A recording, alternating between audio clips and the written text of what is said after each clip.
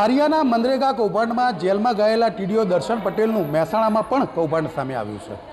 દર્શન પટેલ જ્યારે મહેસાણામાં ટીડીઓ હતા ત્યારે તેમણે લાખવડ ગામમાં ગૌચર અને ગામતળની જમીનમાં ગેરકાયદેસર રીતે 300 જેટલા દબાણકારોની આકારણી કરી દીધી હોવાનો ચોંકાવનારો ખુલાસો થયો છે।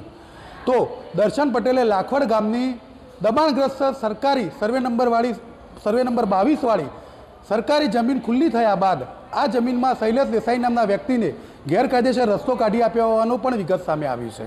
આ મામલે લાખવડ ગામના જાગૃત નાગરિક રતિલાલ પટેલે જે તે સમયે જિલ્લા કલેક્ટર જિલ્લા વિકાસ અધિકારીને લેખિત અરજી આપી હતી। આમ છતાં તત્કાલીન ટીડીઓ દર્શન પટેલ સામે કોઈ પણ પગલાં લેવામાં નથી આવ્યા। દર્શન પટેલની સાથે સાથે તે સમયના સર્કલ ઓફિસર અને લાખવડના તલાટી દ્વારા પણ સરકારી જમીનમાં ગેરકાયદેસર રસ્તો કાઢી આપી અને કોઈપણ જાતનું પ્રીમિયમ ભર્યા વગર તમામ નિયમો નેવે મૂકી અને કૌભાંડ આચર્યું હોવાનો ખુલાસો થયો છે। સર્વે નંબર 22 વાળી સરકારી જમીન ઉપર દબાણ થયેલા હતા અને હાઈકોર્ટના આદેશ બાદ આ સરકારી જમીન ઉપરના દબાણ હટાવાયા હતા। આમ છતાં કરોડોની મહામૂલી જમીન ઉપર ગેરકાયદેસર રીતે તત્કાલીન ટીડીઓ દર્શન પટેલે રસ્તો કાઢી આપવાનો વિવાદ સામે આવ્યો છે। આ મામલે ગામના નાગરિક રતિલાલ પટેલે હવે દર્શન પટેલ સામે મહેસાણામાં પણ ફરિયાદ દાખલ કરવાની માગણી કરી છે અને આ બાબતે યોગ્ય પગલાં ભરવાની માગણી કરી છે। બ્લોક નંબર 22ની અંદર એ પોતે સરકારી જમીનમાં જ્યારે રોડ બનતો હોય ત્યારે અરજદારે ગામમાંથી અરજી કરેલી।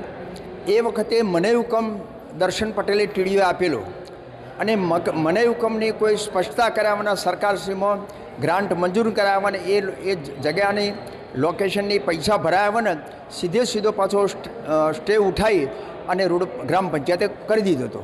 એને ભ્રષ્ટાચાર ગણો તો કહી શકાય અને ઇલીગલી કાયદાની વિરુદ્ધમાં કામ કર્યું છે। કોઈ પણ જાહેર રસ્તો પ્રાઇવેટ સર્વે નંબરમાં મળતો હોય તો એની અંદર માગણી મુજબ રેવન્યુ વિભાગમાંથી મંજૂરી લેવી પડે અને એ પ્રક્રિયા કર્યા વના મને હુકમ એમને આપેલો છતાં પણ મને હુકમ ઉઠાવી અને રોડ બનાવી દીધેલો છે।